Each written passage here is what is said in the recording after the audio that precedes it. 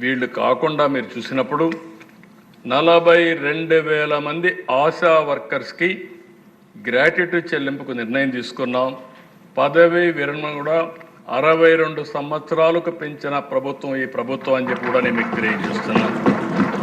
ఇంకో పక్కన 55,000 మంది అంగన్వాడీ కార్యకర్తలకి 48,000 మంది అంగన్వాడీ ఆయాలకి మేలు చేసే విధంగా గ్రాట్యుటీ కూడా అమలు చేస్తున్నామని చెప్పి కూడా నేను మీకు తెలియజేస్తున్నాను. నిన్నే అనౌన్స్ చేశా, ఎవరైతే పాపులేషన్ మేనేజ్మెంట్లో పాలసీ కింద 2 పిల్లల కంటే కూడా మాకు ఈ మెటర్నిటీ లీవ్ రాలేదంటే మీరు 2 కాదు 3 కాదు 4 సరే ఎంతమంది పిల్లలకైనా సరే మెటర్నిటీ లీవ్ ఇచ్చే బాధ్యత నేను తీసుకుంటానని చెప్పి కూడా నేను మీకు తెలియజేస్తున్నాను. ఇక్కడ దిశ ఈరోజు ఇంకొక విషయం కూడా మీకు చెప్పాలి. ఈ నెలలోనే P4 ప్రారంభిస్తున్నాం.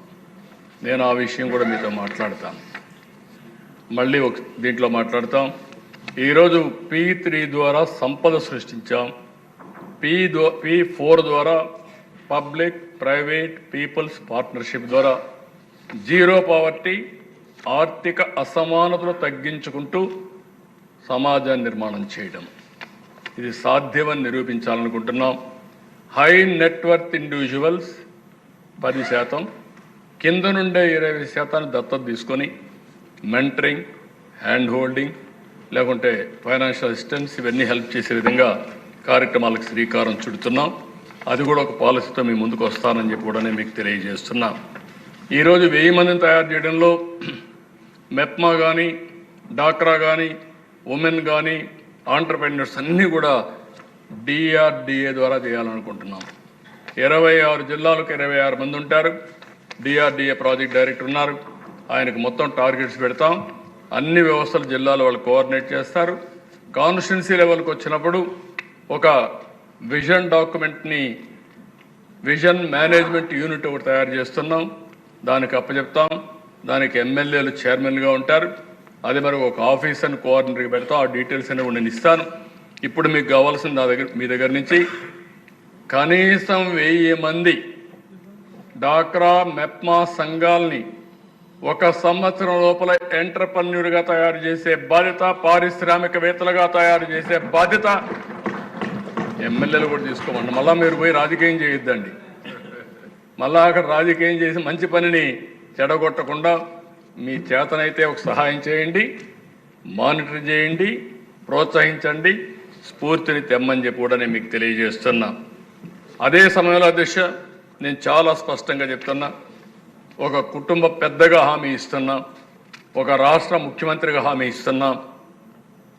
ఈరోజు ఈ కూటమి తరపున మహిళల భద్రతకి, గౌరవానికి అత్యంత ప్రాధాన్యత ఇస్తాం.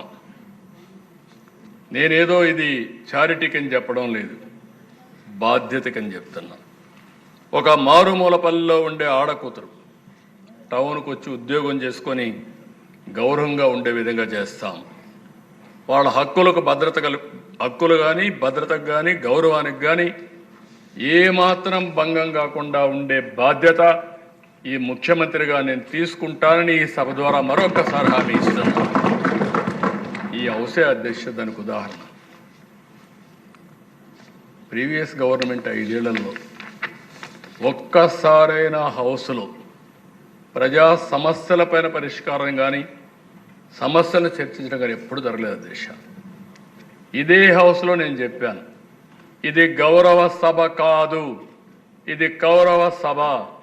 మళ్ళా క్షేత్రస్థాయిలో నేను గెలిచి ఈ హౌస్కి వచ్చి గౌరవ సభగా ఈ హౌస్ నడపతానని